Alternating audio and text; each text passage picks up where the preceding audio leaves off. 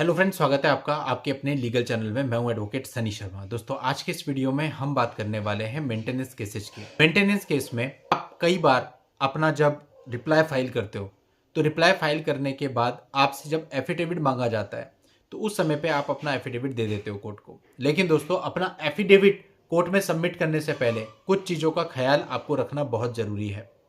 दोस्तों, अगर आप ये ख्याल नहीं रखेंगे तो केस आपके हाथ से निकल जाएगा। पहली चीज, जब आप एफिडेविट सबमिट कर रहे हो उस समय तक क्या पत्नी का एफिडेविट रिकॉर्ड पे आ चुका है या नहीं, ये चीज आपको देखनी बहुत ही जरूरी है। सेकेंड चीज, यदि पत्नी का एफिडेविट ऑन रिकॉर्ड आ चुका है तो क्या उसमें अपनी सारी इंफॉर्मेशन उसने दी है या नहीं। कहीं ऐसा तो नहीं उसने कोई बैंक डिटेल छुपा ली हो, कहीं ऐसा तो नहीं अपनी क्वालिफिकेशन, अपनी सैलरी, अपनी जॉब डिटेल्स या कोई और इंफॉर्मेशन हाइड कर ली हो। और अगर ऐसा हुआ है तो आपको अपना एफिडेविट देने से पहले ही 91 सीआरपीसी, जिसका नया सेक्शन 94 बीएनएसएस है, में एक एप्लीकेशन देनी है जिसके अंतर्गत आपको कोर्ट से प्रे करनी है कि वो उन चीजों को कोर्ट में सबमिट करे और उन चीजों के आ जाने के बाद, यानी उसके एफिडेविट को पूर्ण रूप से आ जाने के बाद ही आपको अपना एफिडेविट सबमिट करना है। अगला पॉइंट जो आपको ध्यान रखना है वो दोस्तों ये ध्यान रखना है कि जो आप अपना एफिडेविट फाइल कर रहे हैं उसमें कोई भी ऐसी स्टेटमेंट ना लिखें जो कि झूठी हो।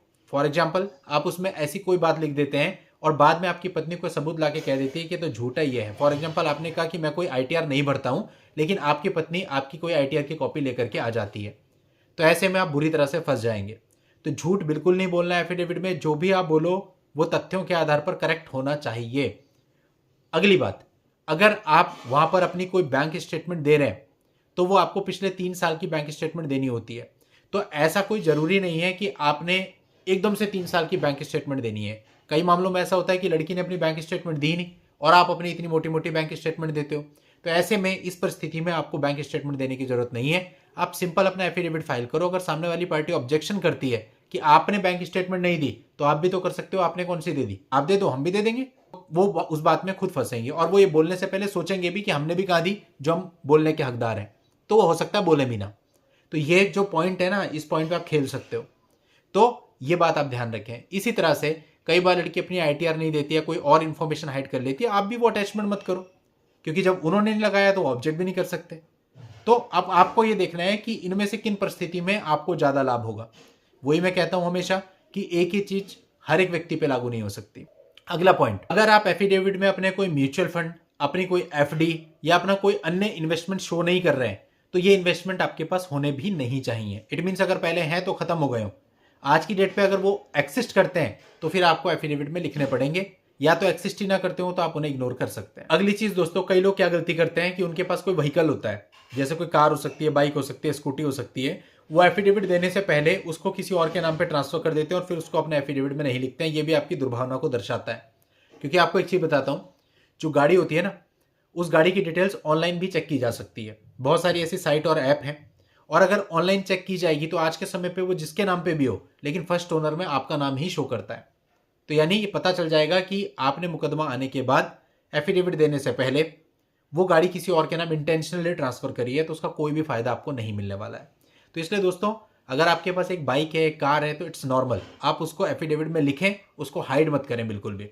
हाँ, अगर आपके पास कोई लग्जरी कार है कि भाई जिसकी कीमत 20 लाख से ऊपर है, तो फिर ऐसे में फर्क पड़ेगा, आपका स्टेटस मालूम चलेगा, क्योंकि 20 लाख से ऊपर की कार कोई आम आदमी तो चलाएगा नहीं।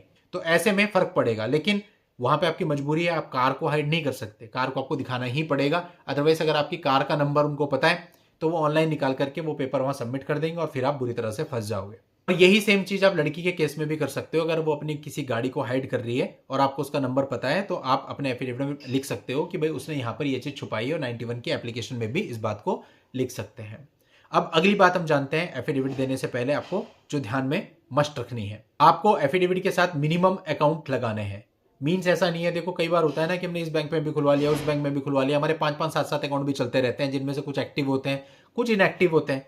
लेकिन अगर ऐसा कोई केस हो गया तो वहां पे फिर रूल यह है कि आपको सारे ही बैंक अकाउंट की 3 साल की स्टेटमेंट देनी पड़ेगी। तो थोड़ा सा प्रॉब्लमेटिक हो जाता है इतना सब कुछ हो करना। तो आप बेहतर है कि अगर आपके ऐसे डिस्प्यूट स्टार्ट हुए हैं तो पहले से ही अपने सारे अकाउंट खत्म करवा लो। केवल एक अकाउंट जो आपका सैलरी अकाउंट है, जिसमें आपकी इनकम आती है, उसको रखो, ताकि जब कल को केस हो और उन केसेज में आपको जाना पड़े तो आप एक ही अकाउंट शो करो, आपको इतना तमाम प्रकार के बैंकों से कोऑर्डिनेट ना करना पड़े। उसमें बहुत दिक्कत होती है, बहुत तकलीफ होती है।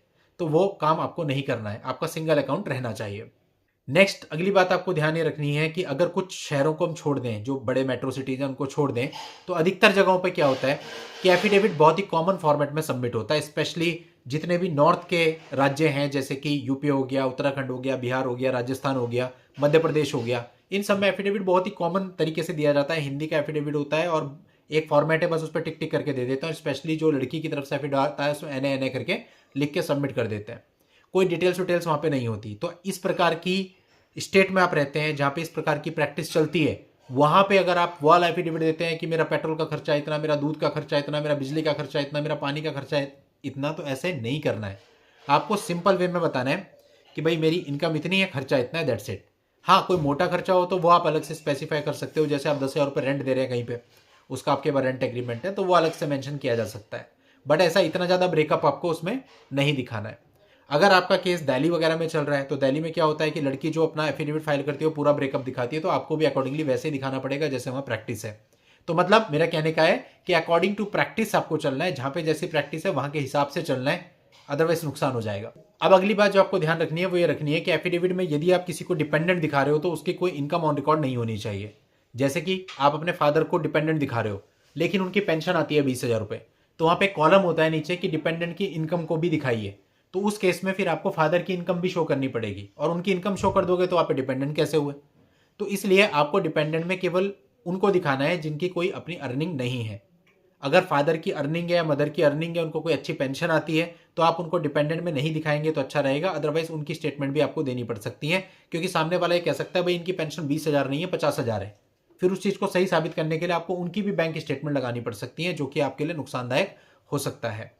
तो इसलिए डिपेंडेंट में भी आपको ध्यान में रखना है कि किसे दिखाना है और किसे नहीं दिखाना है। तो दोस्तों, जितनी भी बातें मैंने आपको बताई हैं, ये सारी बातें ध्यान में रखते हुए यदि आप अपना रजनीश नेहा एफिडेविट फाइल करते हैं तो डेफिनेटली आप बहुत स्ट्रांगली अपने केस को फाइट कर पाएंगे और केस को जीत भी पाएंगे। चलिए दोस्तों, आज के इस वीडियो में इतना ही। नेक्स्ट वीडियो में नई जानकारी के साथ मैं आपसे फिर मिलता हूं। तब तक के लिए good bye and thank you for watching. Take care.